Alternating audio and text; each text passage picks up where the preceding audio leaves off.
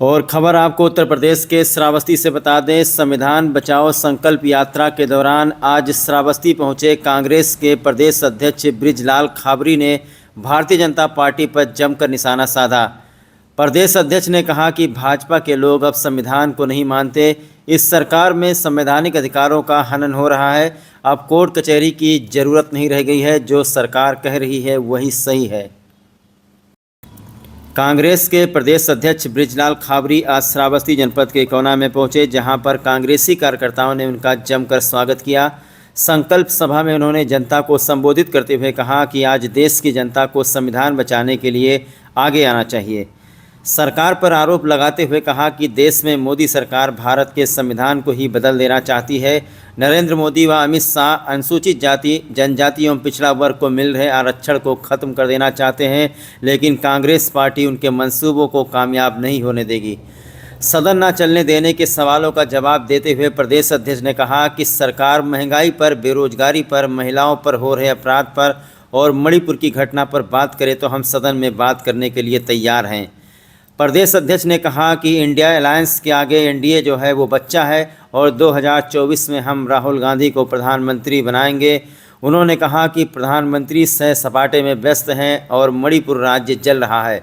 मणिपुर की परिस्थितियां बहुत ही भयानक हैं। बहन बेटियों के साथ में गैंग रेप हो रहा है और सरकार पूरी तरीके से आंख बंद करके बैठी हुई है। उन्होंने कहा कि कांग्रेस को देश में 1 अरब 40 करोड़ लोगों की चिंता है। देश में महंगाई और बेरोजगारी चरम सीमा पर है। सरकार पूरी तरीके से असहाय व लाचार है। और सभा को संबोधित करते हुए अवध क्षेत्र के प्रांतीय अध्यक्ष नकुल दुबे ने कहा कि कांग्रेस पार्टी ने हमेशा जनता की आवाज़ उठाई है। आज बोलने की आज़ादी को दबाया जा रहा है। संविधान खतरे में है, लेकिन कांग्रेस ही संविधान को बचाने की लड़ाई लड़ रही है। सभा को संबोधित करते हुए पूर्व विधायक हाजी रमजान ने मणिपुर की घटना को लेकर कहा कि भारत एक ऐसा देश है जहां पर महिलाओं की पूजा की जाती है और ऐसे देश में अगर महिलाओं को निवस्त्र करके घुमाया जाता है तो हम सब के लिए शर्म से डूब मर जाने वाली बात है। वहीं प्रदेश के पिछड़ा वर्ग महिला उपाध्यक्षा विनीता यादव ने कहा कि एक महिला होने के नाते मणिपुर की घटना से मैं बहुत ही ज़्यादा आहत हूँ। इस मामले में सरकार को जवाब देना चाहिए और दोषियों को कड़ी से कड़ी सज़ा देना चाहिए। इस अवसर पर कांग्रेस के जिलाध्यक्ष नसीम चौधरी ने कहा कि महंगाई और बेरोजगारी की मार झेल रही जनता आने वाले लोकसभा चुनाव में कांग्रेस के प्रत्याशी को वोट करेगी, क्योंकि आज देश में जो माहौल है वो माहौल बदल रहा है। जिस तरीके से देश का माहौल है उससे साफ तौर पर जाहिर होता है कि पूरा भारत अब राहुल गांधी को प्रधानमंत्री बनाने का इंतजार कर रहा है। सत्ता पक्ष के लोग कह रहे हैं कि आप लोग संसद नहीं चलने दे रहे हैं, इस पर क्या कहेंगे? सत्ता पक्ष के लोग तो हमेशा ही कहते थे संसद इसलिए नहीं चलने दे रहे हैं कि देश में फैली महंगाई, देश में बढ़ती बेरोजगारी, देश में हो रहे अन्याय अत्याचार, इन पर चर्चा करो। चर्चा मणिपुर पे क्यों नहीं कर रहे? एक तरफ मणिपुर जल रहा है, दूसरी तरफ हमारा देश का प्रधानमंत्री सैर सपाटे पे है। चर्चा इस पर करो ना। अध्यक्ष जी, आप लोगों ने एक इंडिया अलायंस बनाया है, ये इंडिया पर कितना भारी पड़ेगा? एनडीए उसके सामने बच्चा है, इंडिया बहुत बड़ा। मेरी अंतरात्मा रो रही थी और मुझे ऐसा लग रहा था कि क्या हो रहा है हमारे देश में। इतनी बुरी घटना मेरे ख्याल से इतिहास में भी ऐसा कभी नहीं हुआ जो इस बार हुआ। बीजेपी की सरकार बेटी बचाओ बेटी पढ़ाओ का आंदोलन तो खूब करती है, लेकिन ज़मीनी स्तर पर इस तरह का कुछ नहीं दिखाई देता। 3 महीने, करीब 2.5 महीने हो चुके हैं जब इतना आंदोलन हुआ, विपक्षी पार्टियों ने इतना इस चर्चा को लेके विरोध किया, तब जाके इनकी आंखें खुली हैं। अब जाकर ये इन पर बहुत जोर दिया जा रहा है कार्रवाई करने के लिए। अब देखते हैं ये क्या करते हैं कि संविधान को खतरा सीधे सीधे बीजेपी से है। इस समय रूलिंग पार्टी वही है, उन्हीं के हाथों में सारी चीज़ें हैं। जैसा हम सब देख रहे हैं, मणिपुर की घटना देख लीजिए, पुलिस प्रशासन देख लीजिए किस तरीके से काम कर रहा है।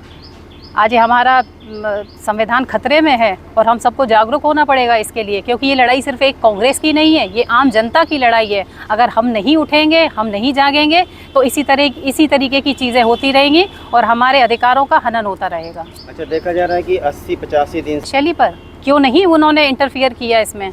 अगर ये उन्होंने जल्दी किया होता तो शायद जल्दी इस पर कार्रवाई होनी चाहिए थी। लेकिन चूंकि वहाँ भी इनकी ही सरकार है, डबल इंजन की सरकार कह के लोगों को बेवकूफ़ बना रहे हैं। वहाँ तो है ना डबल इंजन की सरकार, क्यों इतनी देरी हुई? बहुत बड़ा प्रश्न चिन्ह है इनकी कार्रवाई पर, कार्यशैली पर। 2024 की तैयारी आप लोग कर रहे हैं। राहुल गांधी जी की भारत जोड़ो यात्रा से देखा जा रहा है कि उनको काफ़ी सपोर्ट मिला है, तो एक अलायंस भी आप लोगों ने बनाया है, इंडिया अलायंस जी। तो क्या कहेंगे आप लोग, क्या 2024 आप लोग जीत लेंगे? जी बिल्कुल, 2024 इंडिया के हक में आएगा, इंडिया जीतेगा। ये मणिपुर की घटना राजनीति में कुछ हलचल पैदा करेगी? ये तो कहना उचित नहीं है, लेकिन ये बहुत शर्मनाक घटना है और इस तरह की घटनाएं कभी होनी नहीं चाहिए। इस पर कोई पॉलिटिक्स वाली बात नहीं है कि ये क्या असर डालेगी क्या नहीं, लेकिन इस तरह की चीज़ें नहीं होनी चाहिए, किसी भी सरकार में नहीं होनी चाहिए और कभी नहीं होनी चाहिए।